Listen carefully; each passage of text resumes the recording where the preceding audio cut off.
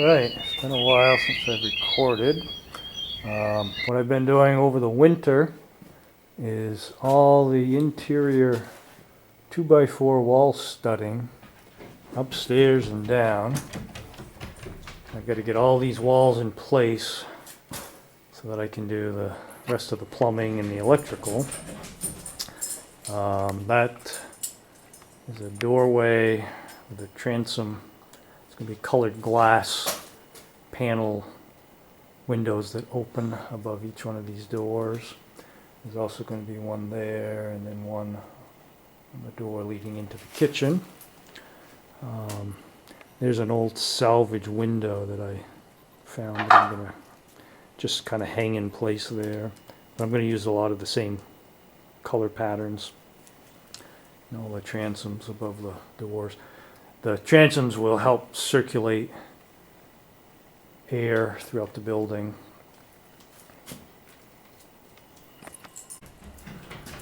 There's a view of the downstairs bathroom. I'm trying to wall in the tub area. Everything's got to be very precise. I also have to redo the tub drain because it's at the wrong height. So I'm going to cut the pipe and move it down and get it positioned just where it has to be. All those things. It's so hard to install plumbing on a slab floor because the pipes have to usually extend below the floor level, so you got to think of these things ahead of time. And then above each one of these doorways is going to be a large opening, just storage shelf. That way the airflow from the transom on the other side of the wall. And then these are built-in bookcases. This is going to be the library area. It's going to have a pool table in the center, eventually. So I've got to do a little more 2x4 construction. And then start working on the rest of the plumbing and the electrical. Okay, my favorite words, back to work. All right, this is what I have been doing during the colder months. Interior framework. This place is so full, it's like a storage unit. I have to keep moving junk out of the way. This whole area here is going to be the library area. And there's a door that goes into the downstairs bathroom and the downstairs utility bedroom. And then these are built-in bookcases. And above the doors are going to be colored stained glass transom that can open and circulate the air. And let's just go in here.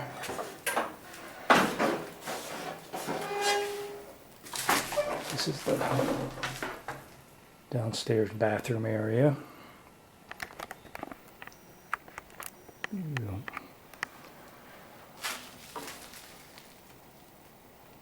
This is the utility room in here.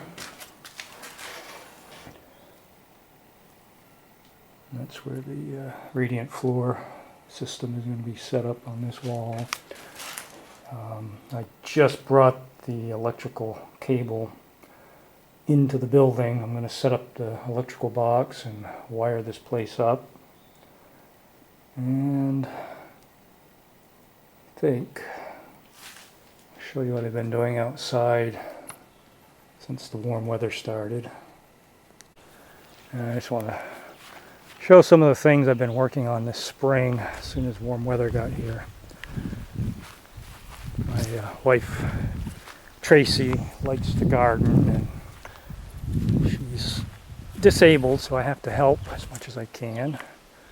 And this old pile of rocks I set up as a rock garden for her.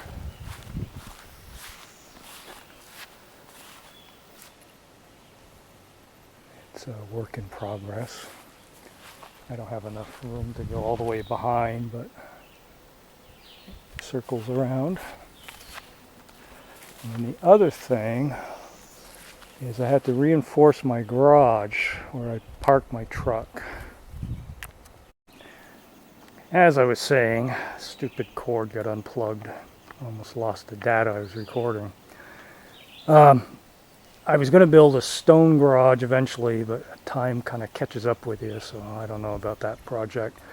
But anyway, I had to reinforce the inside of this with pressure treated timbers. I had to dig trenches, and it's all buried underground, keep the thing from spreading apart, rotting. So anyway, that's what I was working on. Now I'll show you the latest.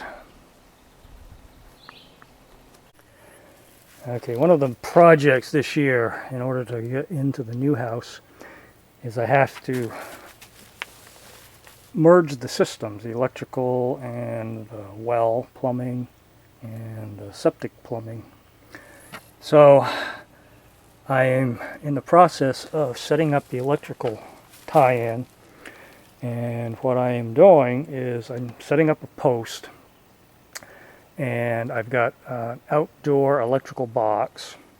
The electrical line coming from the meter that goes into the trailer now, I've got to cut it over there and splice it back into this box.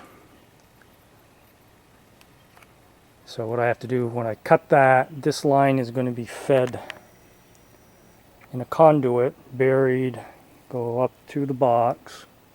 Then the line is going to come out of the box with a switch, a breaker switch. That's what this line here is. This goes underneath the trailer, and then on the other side it's buried and goes into the stone house. And then I've got to splice back in over here and then run a wire in a conduit but above ground, and I'm going to tape everything together so it can come apart later. It's going to be underneath the skirting of the trailer, so there's no danger. And then it's going to come back again up into the box with another breaker switch so that I can turn the power on and off to the trailer and on and off to the stone house, because there's going to be a period where we're living in both places at the same time. And this is where it comes from under the trailer. I have to climb underneath and dig a trench. Part of the cable is going to be above ground until this whole complex and trailer are moved, and then I'll finish burying it. But when it comes out, it's in this trench here, and then it goes into the stone house. And I also have to lay, before I rebury this, the phone lines are going to be in the same trench. And then in a while, oh, there's a bird. I keep disturbing these poor birds. They have a nest up here. And I'm trying to do a little bit of work, then step away so that they can take care of their babies. Poor things. But anyway, the well is down at the other end, and I've got to dig a trench, set up a switch and a turn-off valve so I can do the same thing, turn the water on and off both places or either place. That's the next thing I'm going to be working on. Back to work. I just wanted to get another angle of my wife Tracy's rock garden. This is the back side. There's the picnic table. The garden over there. Picnic table, I think I've mentioned this before, was built from a tree stump, on a tree stump. And there's Mr. Peabody guarding the garden.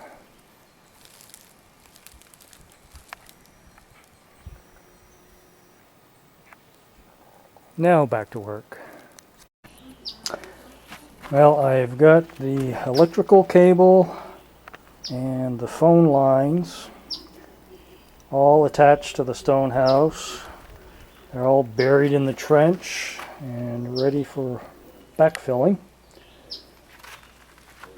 And that's the ground wire. And there is a grounding rod over there somewhere in the woods. I'm going to dig a trench to bury the wire.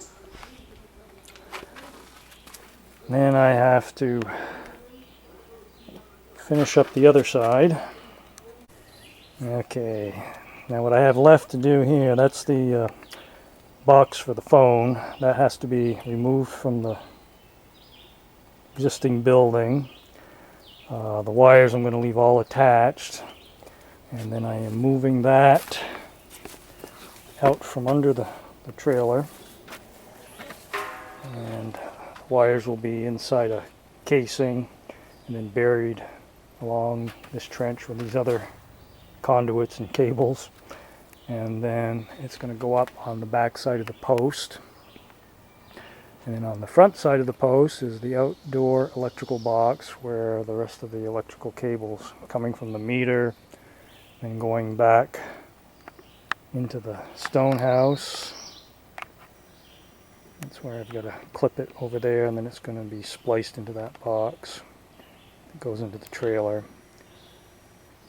And then the box out here will have 2 breakers, 100 amp breakers, so I can shut the power on and off to the trailer and the stone house so that we can live in both places at the same time for a while. And now I've got to get back to work, finish up. I just wanted to film one more thing before I finish burying this trench. It's always a good idea to have a little map of any buried electrical lines anywhere, and also to lay down some warning marker tape, usually a foot or so above the wires themselves, so if you're digging you hit that first. Okay, that's it. I'm done for the day. Okay, just finished up doing the major wiring job, and before I closed everything and buried what needs to be buried, I wanted to film a little bit. Okay, this junction box has 3 specially designed connectors. I had to clip the wire that came from the meter that went into the trailer right about in this area, and then I fed that into the conduits and then into the box. I had already set up wire ready to go that were attached to those connectors, so I had to wire those together, and then I took the clip end and I had to feed it through this elbow, straight piece, and then another elbow. And I didn't glue that up yet. I left it flexible because then I had to take the rest of the wire and feed it into this conduit piece. It was already laid in place. It went up into the meter. And then that got wired into the main terminals, and that's the wire that comes directly from the meter. And then I have these 2 100 amp fuses. One goes back to the trailer through this conduit, and that goes back to that box I was just at with those connectors. And then the center line, and that switch I've got taped up because I don't want it on yet, goes back, and it's going to be buried underground. It runs under the existing trailer now, and then I'll show you on the other side where it comes out.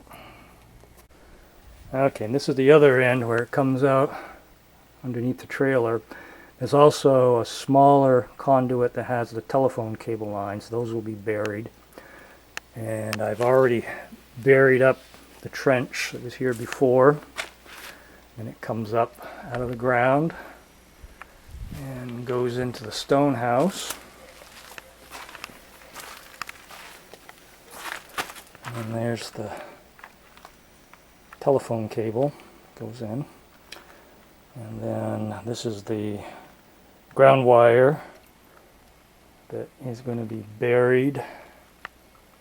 And there is a grounding rod, whoops, way over there in the woods.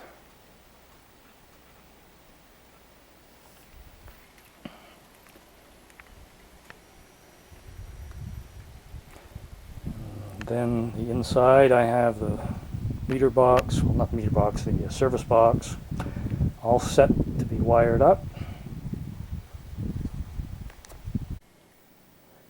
Okay, and this is where it comes into the stone house. There's the phone cables. And I ran 2 cables. That's always a good idea with phone lines. If one screws up, you've got a backup. And then the power and ground are going to go up into the box.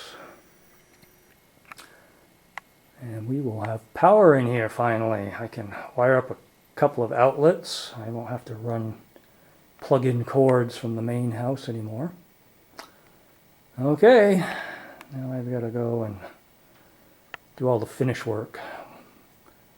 Burying and all the other stuff that goes with electrical job like that. Alright, back to work. Okay, now that the electrical hookup is done, the phone and cable, or not cable, but computer lines, the box was mounted here, and it had the phone cables that came from the pole. They were buried. And so I unhooked the line that goes into the house. It's 5 wires. And then I cut a piece of wire, spliced it together in this little box. And then I moved, everything was still attached. And I pulled everything out from underneath. And I took some, it's like a plastic hose material, and I split it up the middle and then wrapped it around all the wires, tucked everything inside, taped it up. That's going to be buried. And then I remounted the phone box on the back side of the post where the electrical box is. And then this line here is the line that goes into the stone house. And eventually, when everything gets ready, I'll clip this off to fit underneath and unhook the temporary wire and then hook this on. And there's 2 strands. It's always good to run 2 wires. In case one gets faulty, you've always got a backup. And we're good to go.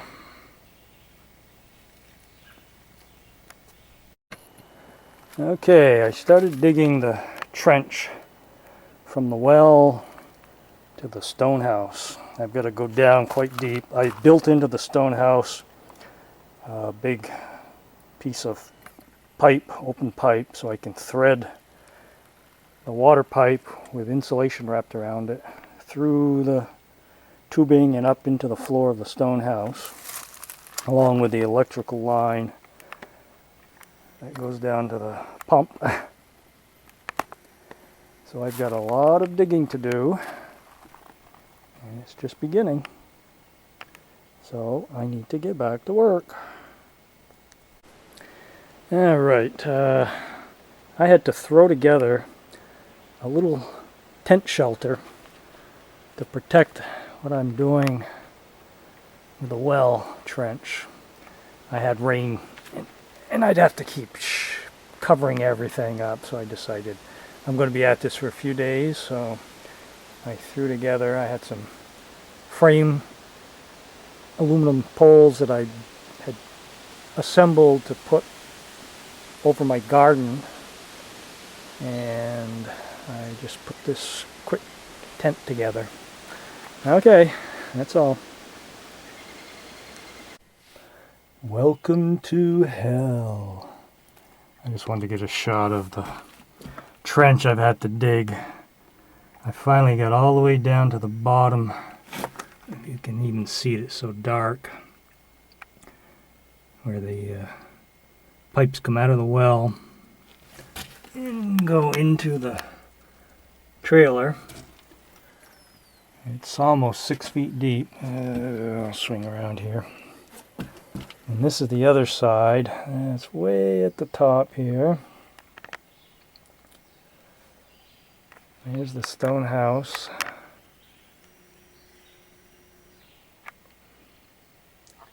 And then the pit goes all the way down.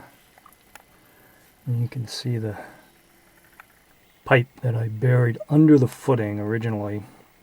It's got a cap on it. And I'll remove that cap, and then I'll be able to wrap insulation around the pipe that will be attached to the well that goes into the stone house, and then feed it through there, and then it goes up into the floor inside the stone house, and then from there it will be attached to the pressure tank and the rest of the water system. Okay, I got a lot more to do.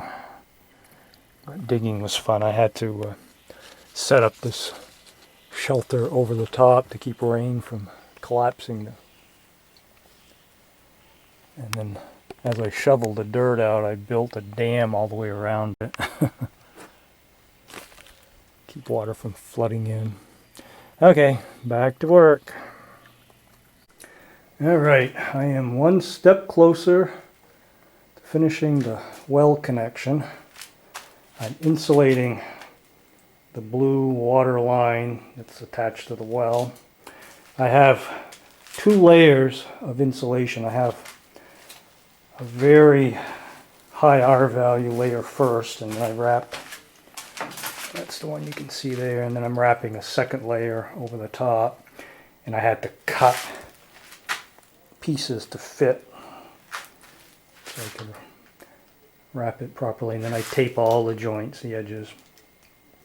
On the end, I've got the electrical wire, that's the gray wire. That's what's going to be attached to the pump and the meter and the electrical box inside.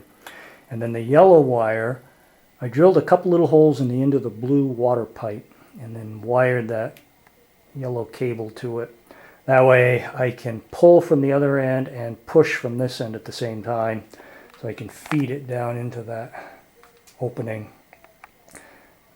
It's 2 45-degree angles that make the 90-degree turn where it comes out underneath. So it's going to be tight, but it should go okay. And I'll show you what it looks like outside so far. Okay, this part of it is almost done too. I've got the box up, and I've got the line that originally came out of the trailer, then went down to the pump. I spliced it down below, put a junction box, ran the wire up, wired it into the box here, and then I put in a breaker switch, and then that goes back down to the well. And then there's going to be another breaker switch that I'm going to be wiring up shortly. And that's going to go down underneath and then into the stone house. And then when the time comes, I can run both water systems in both places at the same time, and then I'll rewire it slightly when I make the final move. Okay, back to work. Okay, I just wanted to get a shot of this. I've been waiting for my nephew, he's a professional plumber, to help me install the valves, underground valves. And we had a major rainstorm and a big chunk of the wall collapsed, so I spent the last couple days shoveling it back out. Now I am running out of time on this disc, so I'm going to make this quick. Okay, quickly I just want to show, this is the top of the chimney where it's going to poke through the roof with metal bestus or Selkirk, I guess is the brand it's called now. It's a Canadian company. I had to do a lot of measuring with plumb lines and levels and everything to get the dimensions right, but there's a point in the center of each one of these holes I drilled up through the roof, so I know how to measure from the roof. And the metal bestis is an 8-inch pipe, and it's 10-inch on the outside diameter, and it's an insulated pipe. And that's one thing you got to make sure you get is insulated chimney pipe. There's some that are 2 layers, but there's no insulation in between. So anyway, the 10-inch, the smaller circle, is what I'm going to cut into the metal roofing, and then the larger circle is a 2-inch space around you have to have for safety reasons that the wood's going to be cut. And then there's a galvanized metal 14-inch round piece that's going to come down. Okay, I better finish up on the top because I am running out of time. Okay, I've got very little time here, but before I bury this up, I wanted to get a shot of the 3 valves that have been installed. There's 3 handles up here. One goes to the trailer, which will be shut off eventually. One goes to the stone house, so I can shut it on and off. And the other goes to a dry well. That's that separate pipe. It's a hole with a bunch of stones in it, so I can drain the whole system if I ever want to. And then I've got to put plastic over everything. And then I've got some stones over here. I'm going to be on top for a couple of feet, and then backfill with all the rest of the dirt. Alright, I'm running out of time. Okay, I'll make this quick. I don't have much time left on this disc. I've got the cuts all made in this top area where the pipe is going to go through. It's going to come up through the bottom here. I've made a paper template that I'm going to transfer over to the metal pipe. Cut out everything that needs to be bent and cut, and then it'll fit right in place. It's basically like a fire stop protection against the wood. It's 2 inches away from the actual outside diameter of the pipe,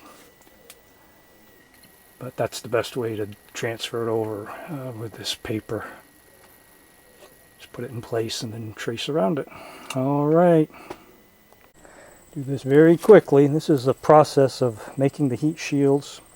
There's the paper template. There's a finished product, and then this is one that I've transferred over the paper template onto, and I am cutting it out right now. And it involves going up and down the ladder several times, fitting, remarking, and recutting. All right, back to work. Okay. I've got the metal tape attached to all the exposed wood areas. The next step is to attach the metal heat shields. I hope this is recording because I am just about out of space on this disc. Okay,